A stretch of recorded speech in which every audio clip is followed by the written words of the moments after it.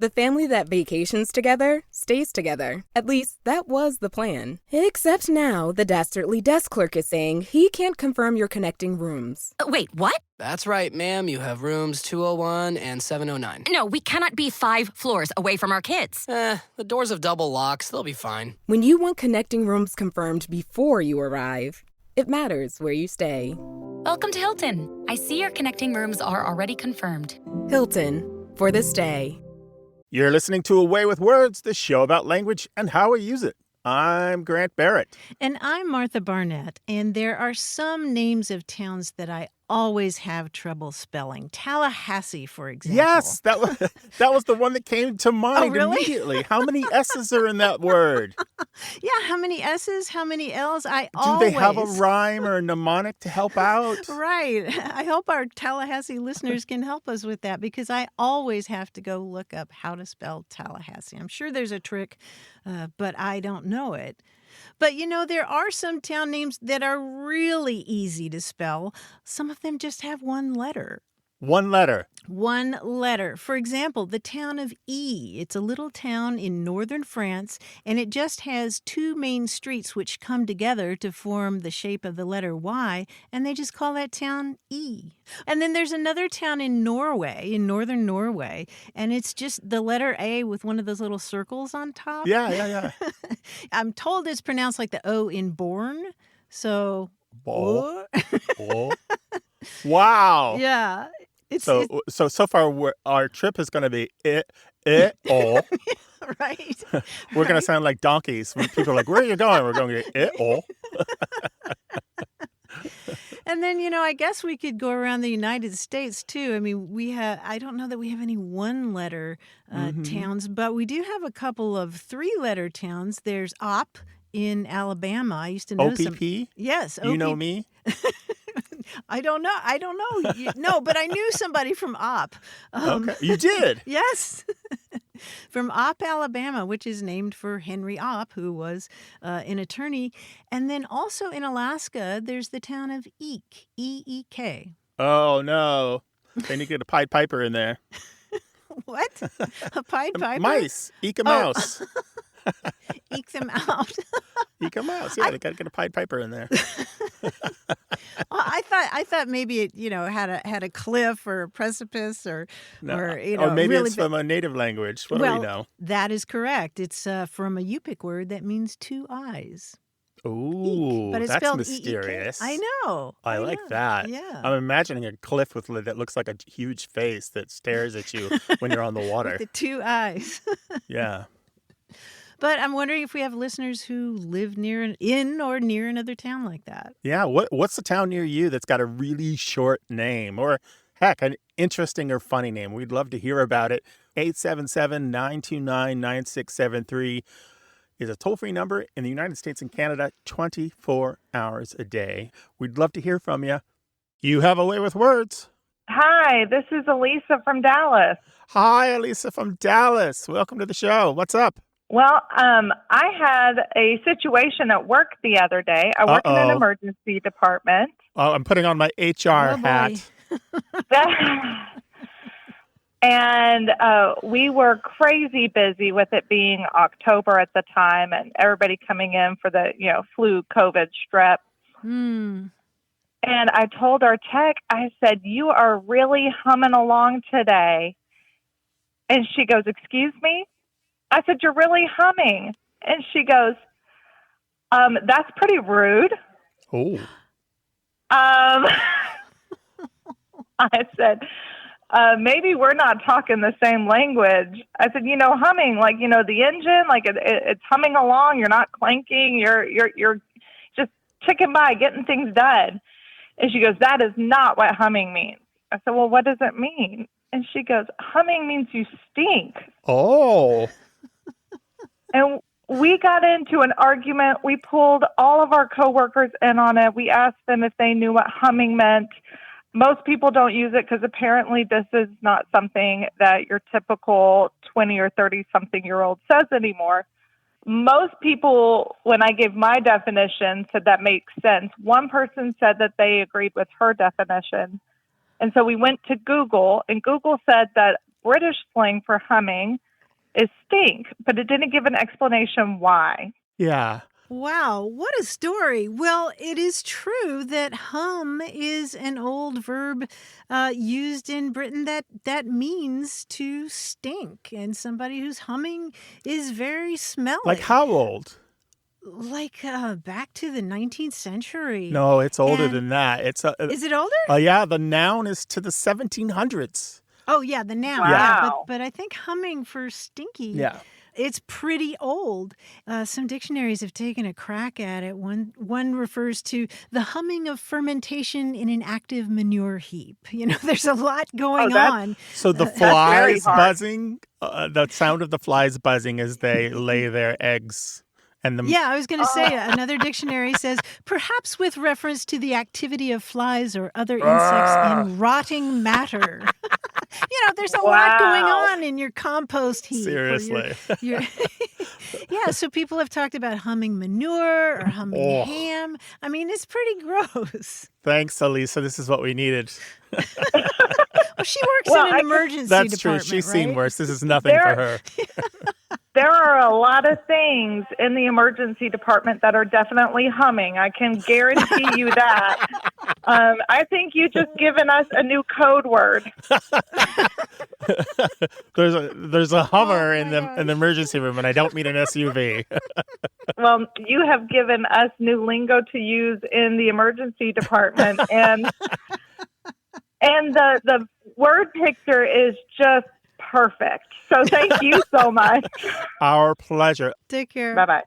877-929-9673 is toll-free in the United States and Canada, 24 hours a day. If you are in the United Kingdom and you want to weigh in, we've got a number for you specifically in the United Kingdom. You can find that on our website at waywardradio.org/contact. We'll also find a dozen other ways to reach us no matter where you are, anywhere on planet Earth. Hey there, you have a way with words. Hi, my name is Zach, and I'm from Tallahassee, Florida. Essentially, I'm in Gen Z, and I spend a lot of time online.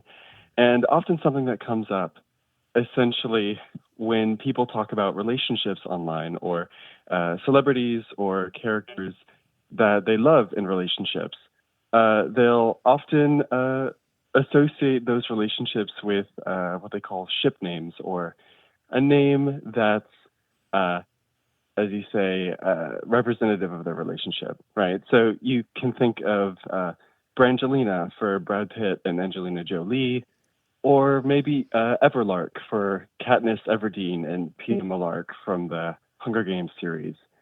Mm-hmm. So I'm essentially wondering, I've seen it a lot online. It's, been present for, pretty much the entire time I've been online. And I'm wondering, is this a new thing, like a Gen Z thing? Is it just from the online space? Or has this thing of ship names, of naming a couple, been around for longer? And does it have any historical significance? Wow, that's a big one. And ship names, we should talk about ship as well. That's part of the jargon of the pastime, isn't it? Yeah. Mm-hmm. So Gen Z, that puts you as being born in what decade? The 2000s.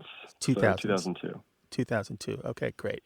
And and then the universes, the fiction universes that you talked about also help us kind of picture where you're at. But a lot of this is older than that. There are two fandoms I think that we really need to talk about when we talk about this. One of them is the X-Files, and the other one is Star Trek, because these two were really fundamental in kind of getting this started. Star Trek in particular, even before the rise of what we think of as the kind of modern, fully public internet, people were already pairing up characters in Star Trek in fanzines on paper. They were pairing up Spock and Kirk, and they were doing things like putting them, just abbreviating the relationship as K/S, which is where we get this slash fiction term from. And slash fic, as you know, usually means fiction, fan fiction for gay characters that in the original the original universe, they weren't gay, but the fans say, well, what if these two characters got together? What would that be like? What kind of relationship would they have? Let's write some imaginary fiction and picture what could happen if they got together.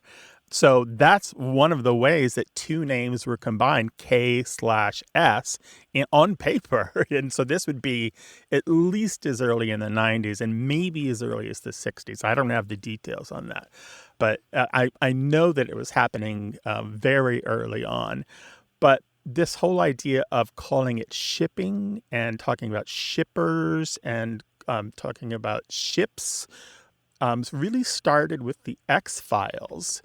And this is all abbreviating relationship and relationshipper and relationshipping. When the X-Files started in 1993, there were these two characters, Fox Mulder and Dana Scully, and they were both very attractive people. And the show was mysterious and thrilling and ambiguous. And the internet and its chat forums were exploding in popularity, and some people really wanted those characters to get together. They wanted these two sexy, hot people to get together. Of course they did. So that is really where those terms shipping and shipper and stuff came out of. And you can actually find examples of these as early as like the mid-90s, 95, 96, 97, around there. Yeah, and that's really interesting. I don't know what I was thinking, if maybe you would go past beyond the internet's history, but it's really interesting to see that it was even, the ship names of the K/S was present on paper. I had not heard anything about that before. Yeah, if you Google Kirk Spock /fic, you will come up with some really great articles on the origin of this, and very well researched, because people who are into that sort of thing also are just meticulous in uncovering the history of their passion. And if you remember, the original Star Trek wasn't that many episodes, and people always kind of wanted more, so they went ahead and wrote them. They went ahead and wrote their fan fiction and wrote more episodes because they just couldn't stand that there wasn't more of it. And you got to kind of love that humans, when they love a thing, they just make more of it. And now that ship has sailed. Well, I'm really glad you asked that question, Zach. We appreciate your calling. Yeah, take care, Zach. Thank you so much. Love Bye-bye. the show. Bye-bye. Bye-bye. I think the last time we talked about something related to this, we got so many emails from devoted fan fiction and slash fiction fans, and I love hearing from them. By all means, send us email to word@waywardradio.org and tell us whatever you know that we left out. We'd love to hear from you.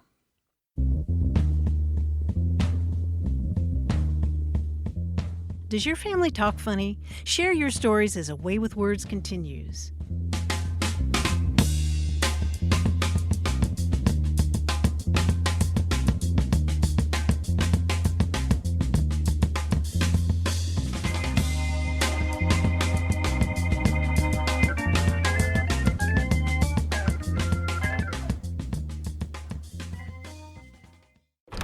Sergeant and Mr. Smith, you're gonna love this house. Bunk beds in a closet?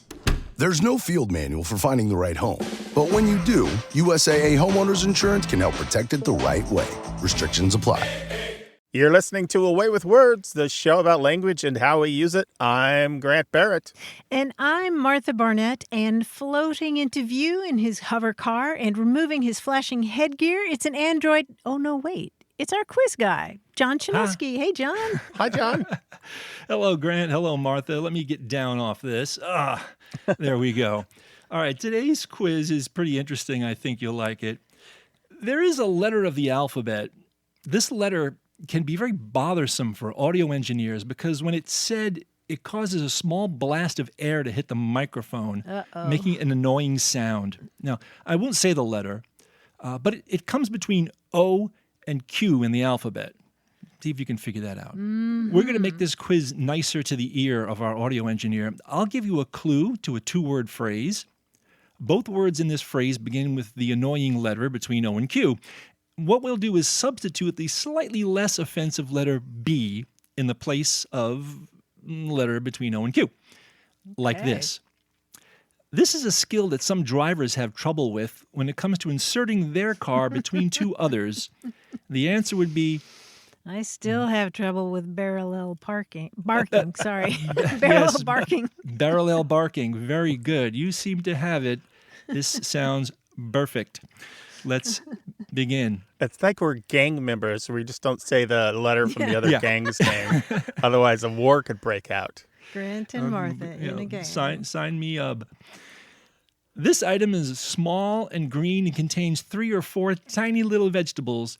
It's found on a bean plant. A bee bod. A bee bod, yes, a bee bod. If you don't like to do the dishes, you can buy a stack of these, eat off them, and then just dispose of them. Paper plates. Paper plates for potato salad. Potato. Paper plates is correct.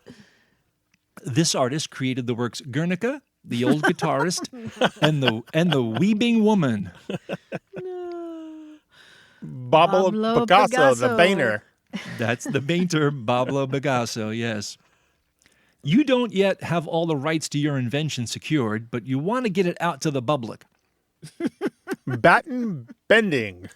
Batten bending is correct. Very good. This describes movies like The Patriot, Shakespeare in Love, or Bride and Prejudice, which are set in the past.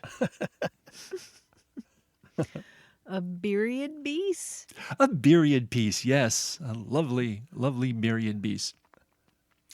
This term was in wide use before Jacques & Son Limited trademarked it for their brand of table tennis. Oh, Bing Bong. Bing Bong. Yes, Bing Bong. Also a character in the movies. That's right, yeah. Pixar movies. Bing Bong is just about a proprietary eponym. This is ridiculous. I don't know why it's so funny. Yeah, it's a little ridiculous. Now, you knew he was coming. Here he is. He famously bicked a beck of pickled peppers. Oh, no. Peter Piper. Peter Piper. Peter Piper. Peter Piper. That's the quiz, guys. It has been my pleasure. Thanks, John. We'll talk to you next week. We do more than goof around with the alphabet in our quizzes here. We talk to you, the listener. We'd like to hear what you have to say about language. What are your thoughts, stories, ideas? 877-929-9673. Email words@waywardradio.org. And if you're not in the United States, you can talk to us through our website, where you'll find a contact form and a WhatsApp address. That's at waywardradio.org. Hello, you have a Way with Words. Hi there.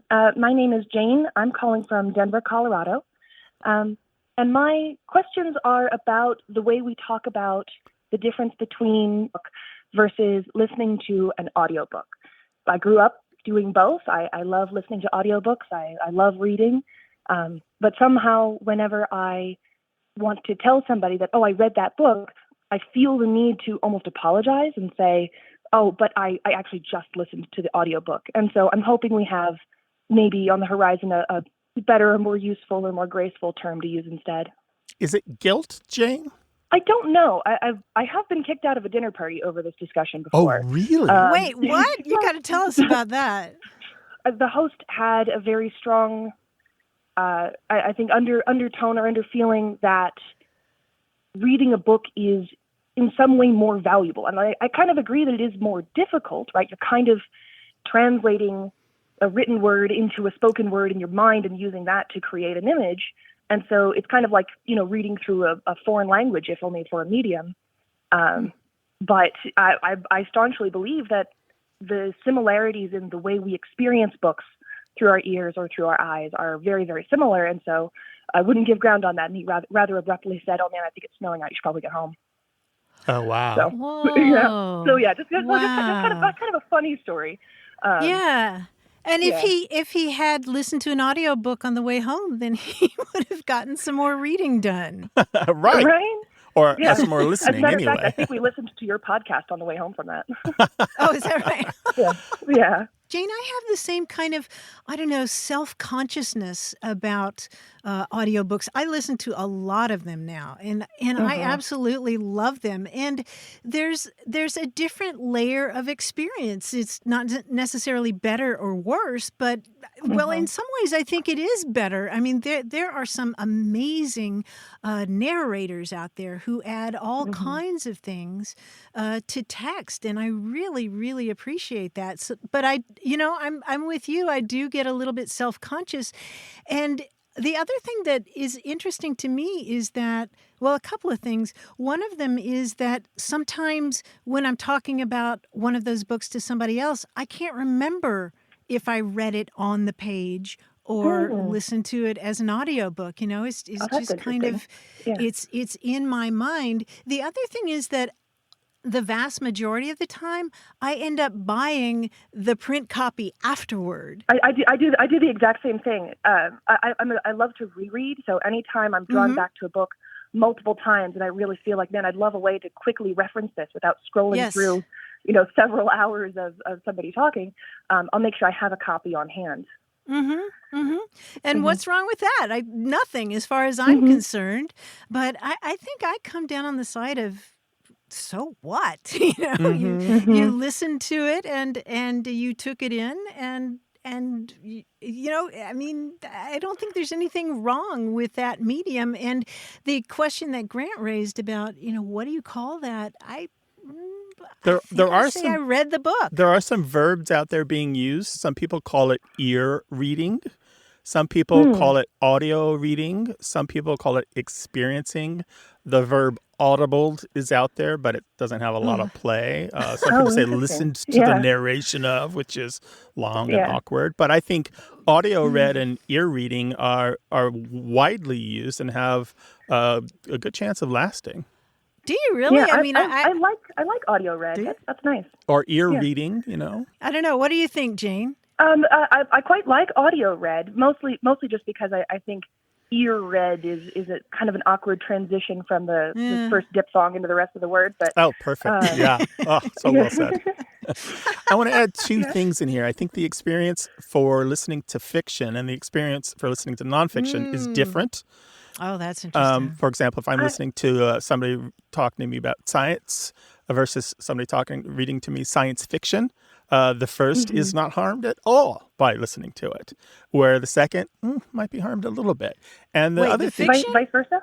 I think that fiction sometimes is better in print than it is listened to. Really? I was prepared for the argument that you can't learn geometry through your ears.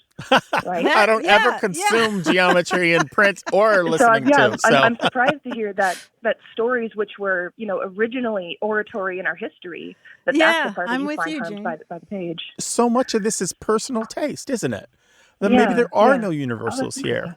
The other thing I wanted to say is I listened to two drama podcasts, one from BBC and one from RTE, which is the Irish national broadcaster. And those cannot be, I don't have enough experience with drama in print to render them properly as a reader. And the only way I'm going to get maximum value from them is having them dramatized for me by professionals. Like the same way I don't get enough from Shakespeare reading it. I have to see it performed in order to be, as an ignorant consumer, to be properly, informed how Shakespeare should be consumed. So seeing the words. I do also get things from the words, but I'm just saying, like, as somebody who is not a Shakespearean, I need to see the performance to really get the maximum value. Yeah, I think there are probably a lot of books that are better on the page.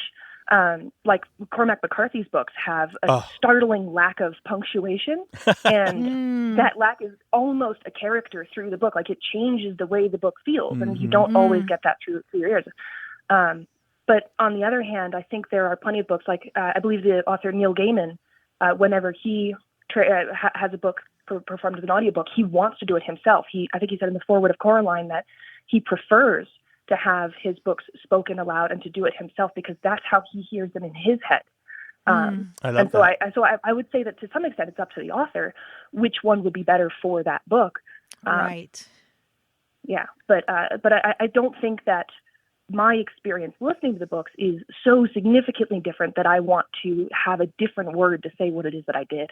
Okay. Yeah, I think it's fair to use the verb read. I think audio read sounds a little bit apologetic to me. I'm going with read. I like read. Take care of yourself and good reading. You as well. Thank you so much for your time. Bye-bye. Thanks, Jane. Bye-bye.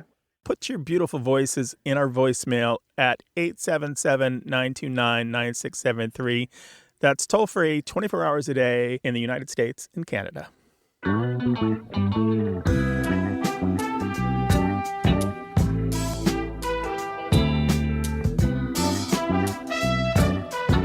We got a WhatsApp message from Tammy Armstrong who said, when someone would be talking about a subject that nobody else knew anything about, my father-in-law would say, I had one of those, but the wheels came off.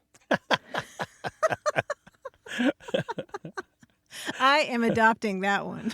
Yeah, it's another one of those expressions you just kind of toss in as a non sequitur just to be a part of the conversation. Right. What's the one about the rhubarb? Yeah, do you think the rain will hurt the rhubarb? Yeah. Yeah. 877-929-9673 is toll-free in Canada and the United States. Hello, you have a way with words. Hi, this is James. I live in Charlotte, North Carolina. Charlotte, North Carolina. Well, we're glad to have you, James. What's up? That was a word that I had heard when I first moved to the area that I wondered where it came from. I heard somebody say, so-and-so had a baby. And they asked, well, how much did the baby weigh? And the response was, oh, he was a big one. The baby whoa, 7 pounds, 2 ounces. So whoa instead of weighed. Yes. And I've tried to find out where that came from. Where did you come from, James? And they didn't say that there? I'm from the eastern part of the state, and I had never heard this before until I moved to the western part of the state. Okay. Yeah. And have you heard that whoa any other way except when talking about babies and weight? I can't recall hearing that word in relation to other things, only when they were discussing the newborn. You've heard it more than once in talking about babies. Yes, I've heard it more than once. Okay. What I think is happening here is that it's a possible pronunciation of the word were, W-E-R-E, in the U.S. South. As you know, in parts of the South, people don't pronounce their R's. It's called lack of rhoticity, after the Greek letter rho, R-H-O, which stands for the R sound. So it can sound like whoa, like that, exactly like you say it, or whoa. And so this is recorded in the dialect dictionaries as one of the sounds that W-E-R-E is pronounced as. And it would sound very much like whoa. And so you could see somebody saying the baby were 8 pounds as a dialect way of saying the baby was 8 pounds. Very interesting. That's my guess. I don't have any way of knowing without gathering more data on this. You're a good field worker here. You've delivered good data, which I appreciate. Nothing like having a good researcher out there accumulating good data. Well, I've been listening out to see if I hear it many more times. Yeah. But so far, it's usually in connection with, discussing the baby. Yeah, that's interesting that it should just be that one particular domain of life, just with the little ones. Well, James, if you come across it anywhere else, by all means, give us a call or drop us a line and let us know. I'd be really interested to hear more about this. And, of course, others listening can also let us know. All right. I will be sure to do that. All right. Well, you take care of yourself, and thanks for chatting with us today. Really appreciate it. Thank you. All right. Thanks for calling, James. Bye-bye. Bye. Bye. Well, if you've heard this usage or you're curious about some other aspect of how they talk where you live, we'd love to hear about it. 877-929-9673 or send us an email, words@waywardradio.org. Hello, you have a way with words. Hello. My name is Robin. I'm calling from Jacksonville, Florida. What would you like to talk with us about? Well, I've ridden horses my entire life, and there's a particular collar, and it's called a ratcatcher. And I always thought maybe it came from, like, hunters, like fox hunters. So it was like a ratcatcher with the Jack Russells and whatnot. But I've just never really understood it. I've worn one my entire life, but I didn't know where it came from. So by a collar, you mean it goes around your neck, not the horse's neck? That's correct. And what does it look like? Are we talking about stiff fabric? You could picture that you button your shirt up, and it already has a straight collar on it. It goes about to the middle of the neck, and then there's a separate button, and you put an extra collar around it, and it's called a ratcatcher. Yeah, there's a long history in the horse world of calling clothes ratcatchers, and not specifically that kind of collar, but a long time ago, about 100 years ago, it referred to informal clothes. So you have this formal fox hunting outfit, as you thought, which is exactly on the money. Which has a stock tie. Yeah, but also it refers to the entire mode of dress, this very specific costume that you wear to go fox hunting. And then you had the kind of clothes you would wear, I think they called it on cubbing. Practice days, maybe? Practice days, and they called it cubbing as well, when you would go after something, the young. It is literally because when you wear them, you look like you're wearing the kind of clothes that rat catchers would wear. And so as early as 1910, two writers. It seems informal. Yeah, because it seems informal. And I've grown up knowing it was formal. But words change, and it's been a long time, you know. I'm so interested in that. Right? I really appreciate this. Rudyard Kipling and Mary Elizabeth Braddon, two writers, both used it separately in 1910 in their writing. Yeah, but you'll find things like ratting jacket or ratcatcher to refer to a blouse or ratcatcher to refer to a tie. Sometimes ratting suit, which refers to tweedy civilian clothes. So it's kind of all over the place. Tweedy, like tweed. Yeah, made tweedy with tweed. That's civilian right. Clothes. Yeah. And so all of this is just really about being in opposition to the very formal, traditional fox hunting clothes that you would wear.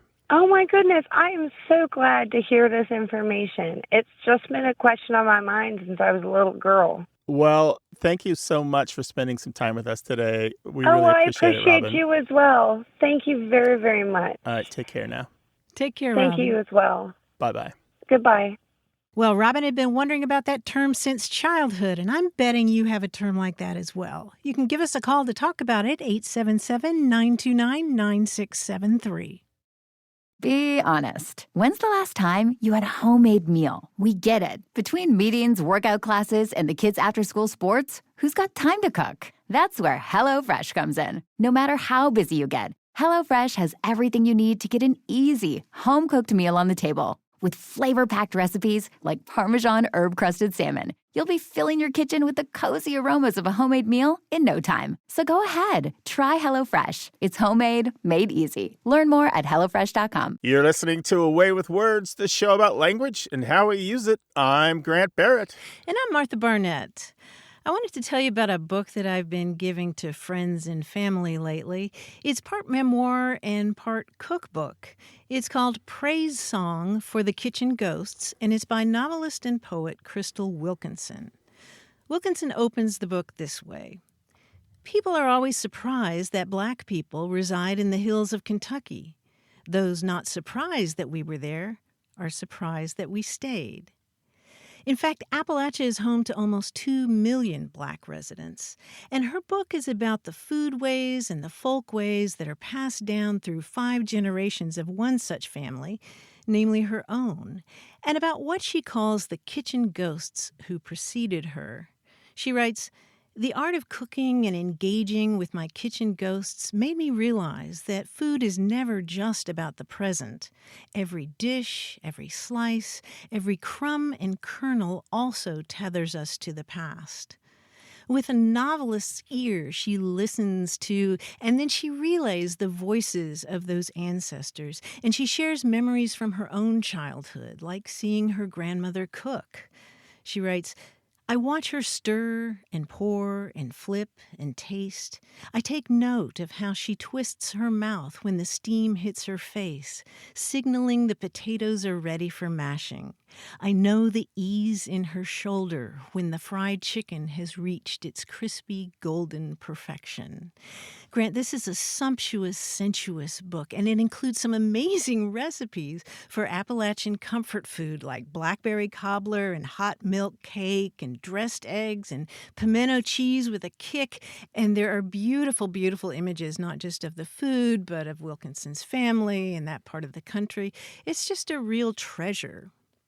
Yeah, what is it about the tie of the land and food that surpasses the generations, that we can move away and still feel that call? Mm-hmm. Mm-hmm.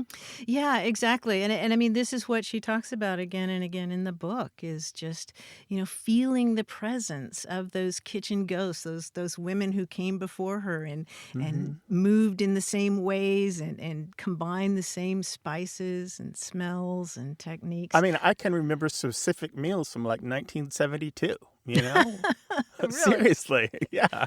I can remember kitchens from the 70s, the specific people and moments. It's the strangest thing. Right. And just the way that a whiff of something, a whiff of biscuits or something like that can just take you immediately back to your childhood.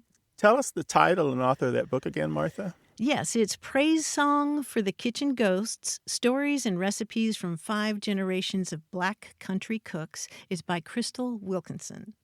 Of course, we will link to that from our website at waywardradio.org, as we do all the books that we mention on this show. Martha and I are big readers, and we'd love to hear what you're reading and recommending to your friends. Send us an email to words@waywardradio.org, and you can call us toll-free in the United States and Canada, 877-929-9673. And if you're anywhere else in the world, there are a lot of ways to reach us. You can find them all on our website at waywardradio.org. Hello, you have a way with words. Hello, this is Tim, and I'm from Tucson. Hi, Tim. We're glad to have you. What's up? Well, I'm calling about a word or a phrase, actually, that I've been a choral singer for quite some time, since way back in the early 60s. And way back when I was about 15, I first heard the word. And it refers to when a piece is particularly difficult and requires a lot of extra work. You are supposed to do woodshedding, which means doing a lot of work about the details, about the performance, about the right notes, about the right rhythm, things that are particularly difficult. And I've never heard it used in any other realm of my life, and I'm just wondering where this started and whether it really applies only to musicians. Woodshedding, woodshedding, woodshedding? That's correct. And so is this something that you do alone, or do you do it with the rest of the choir? Well, ideally, it should be done, in both, but generally it's with a group and it has, like each section might have to rehearse a short phrase separately, and then you have the next section do it, and then those two do it. Then you do, each one has to get this all figured out by themselves. Then you have to start all over again and do the whole thing. It's, just a lot of detail, kind of frustrating work. At least that's what I consider woodshedding to be. And ideally, if you also do the same thing at home, eventually you'll get a beautiful piece of music. That's right. Yeah, that's exactly how it's used throughout music, whether people are singing or playing an instrument. And it goes back to the early 1900s. There's a quote from a newspaper from Kansas in 1908. It's several of us would like to see our tuba player get busy woodshedding on that tuba solo. And doesn't that sound so contemporary? Doesn't that sound like something someone could say today? Well, yeah. Well, mm-hmm. Well, what's Yeah, I wouldn't want to be around that. well, Somebody there's an woodshedding important on their point, tuba. Martha. That's why. So the first uses of woodshedding were the idea of retreating to a private space to do something like smoke or drink or get up to other mischief so you wouldn't be detected. It's something that you would want to do alone so that other people wouldn't harass you. But also, when you do something like practice an instrument or singing, it's so that you don't harass other people because this repetition is so annoying to others. They do not want to hear you do scales. They do not want to hear you play the same part over and over and over because it's frustrating to them. And so you do it in private. You do it alone, perhaps in the woodshed. And so that's the whole concept of woodshedding. You'll find throughout the years, up through the jazz era, people like Tommy Dorsey using this expression and the great blues artists using this. And even today, people still talk about it in every part of music. They talk about woodshedding. So, yeah, it's still an expression. You're not the only one that uses it that way. So that's what we know, Tim. Well, that's great. Thank you. Because, I had kind of assumed that it started, in Kentucky or West Virginia, where I was born, that taking someone out to the woodshed and punishing them, by beating them or something. Well, no. So this is really interesting to find out. No, it's just about the woodshed being separate from the main house as a place that you can go and not annoy others with your, just doing your solo over and over and over and over. Yeah, it's interesting because there is an early use of it, too, in the field of law to prepare or coach a witness before a trial or a deposition. And it's about the repetition, go someplace right? private. Well, it's about going someplace that's really private and discreet, But, woodshedding a witness back in the 19th century. So, Tim, thanks so much and good luck with the choir. Thank you. Thanks for calling. Bye-bye. Take care. 877-929-9673. Email words@waywardradio.org.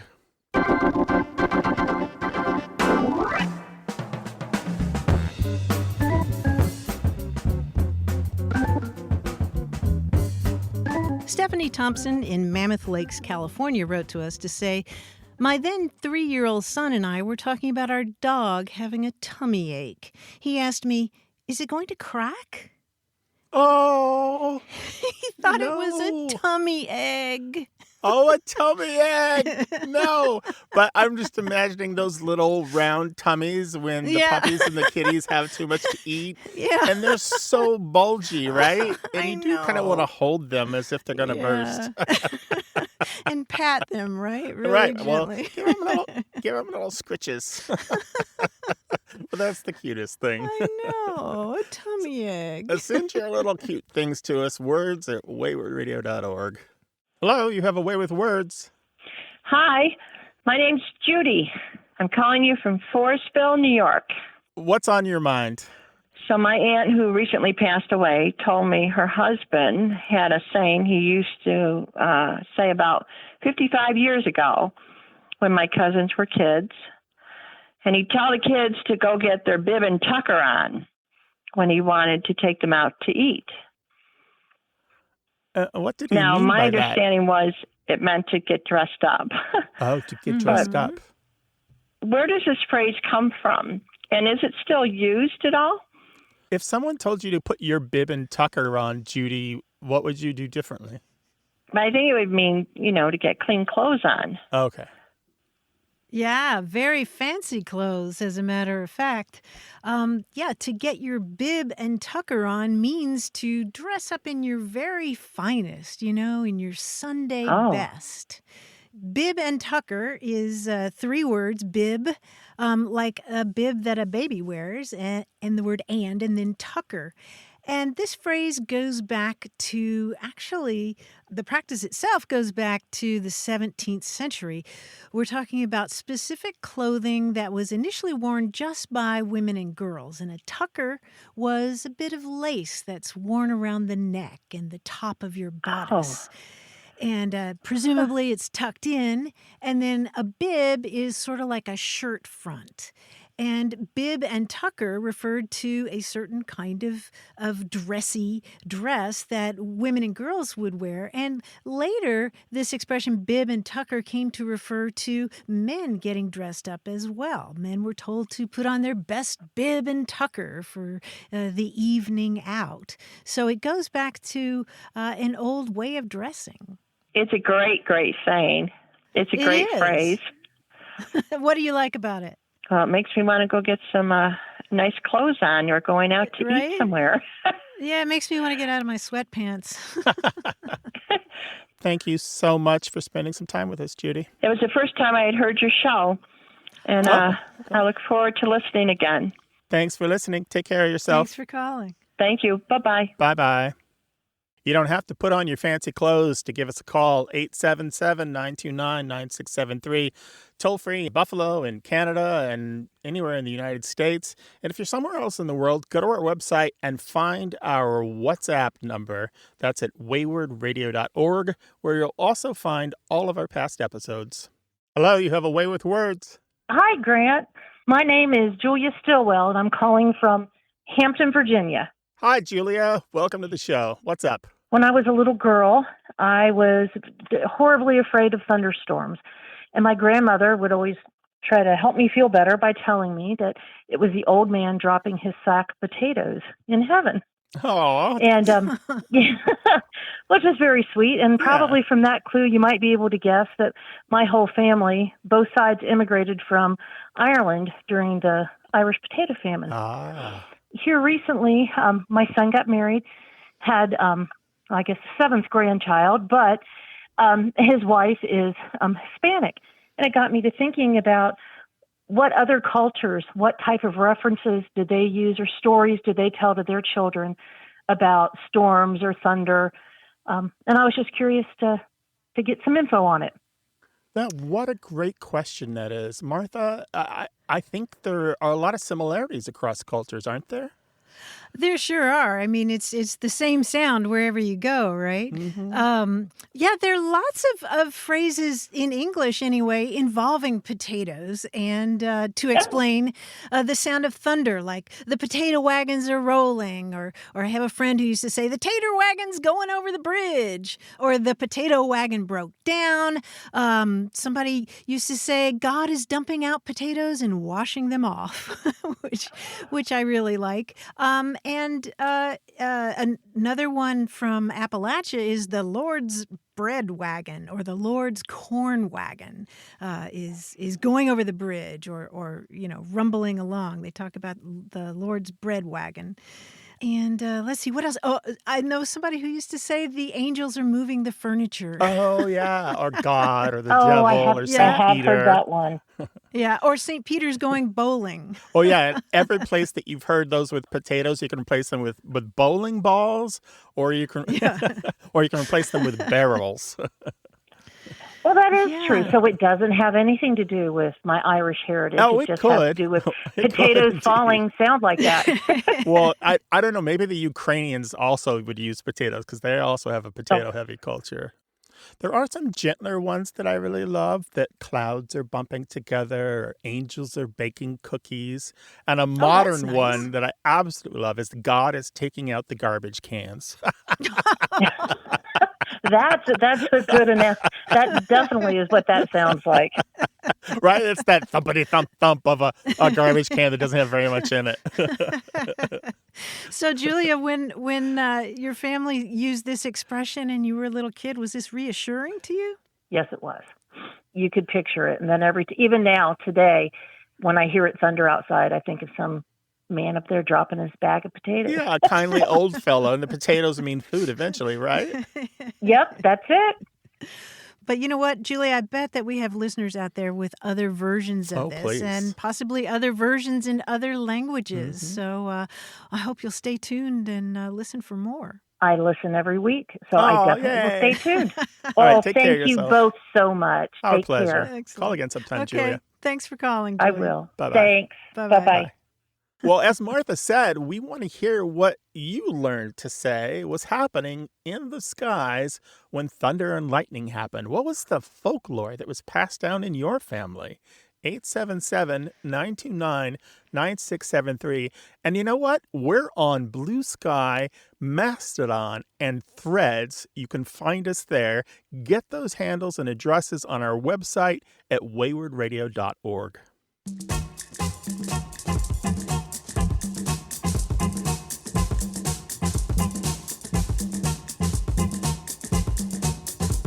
I really appreciated this quotation from Iranian-American poet Solmaz Sharif. She said, "The duty of the writer is to remind us that we will die and that we aren't dead yet." And I just so appreciated that because that's part of the human dilemma, isn't it? Knowing about mortality and yet grasping what is here in front of us here and now. Our opportunities, our moments, our chances. Yes. And making them for ourselves and appreciating what others have made for us. Right. What are they? What have they presented before us, and how can we make the most of them? Yeah. And other people presenting poetry to us is an opportunity. Right. I think. Right. Yeah. They've made something for us that we should savor and appreciate. I love how she describes it as the duty of the writer. I guess whether you're writing prose or poetry. Right. You shouldn't just dash it off because it's something that you have to do. You dash it off because it is your duty to do something well. And it's something you will leave behind for others when you're gone. Right. Carpe diem. Oh, Martha, deep thoughts. Where's Jack Handy when we need him?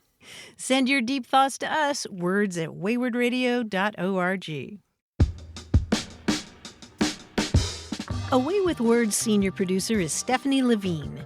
Tim Felton is our engineer and editor, and John Chinesky is our quizmaster. Go to waywardradio.org for all of our past episodes, podcast links, and ways to reach us. If you have a language, thought, or question, the toll-free line is always open in the U.S. and Canada, 1-877-929-9673. Away with Words is an independent nonprofit production of Wayward Inc. It's supported by listeners and organizations who are changing the way the world talks about language. Although we're not a part of NPR, we thank NPR stations throughout the United States that carry the show. And special thanks to our nonprofit's volunteer board, Michael Breslauer, Josh Eccles, Claire Grotting, Meryl Perlman, Bruce Rogo, Rick Seidenworm, and Betty Willis. Thanks for listening. I'm Grant Barrett.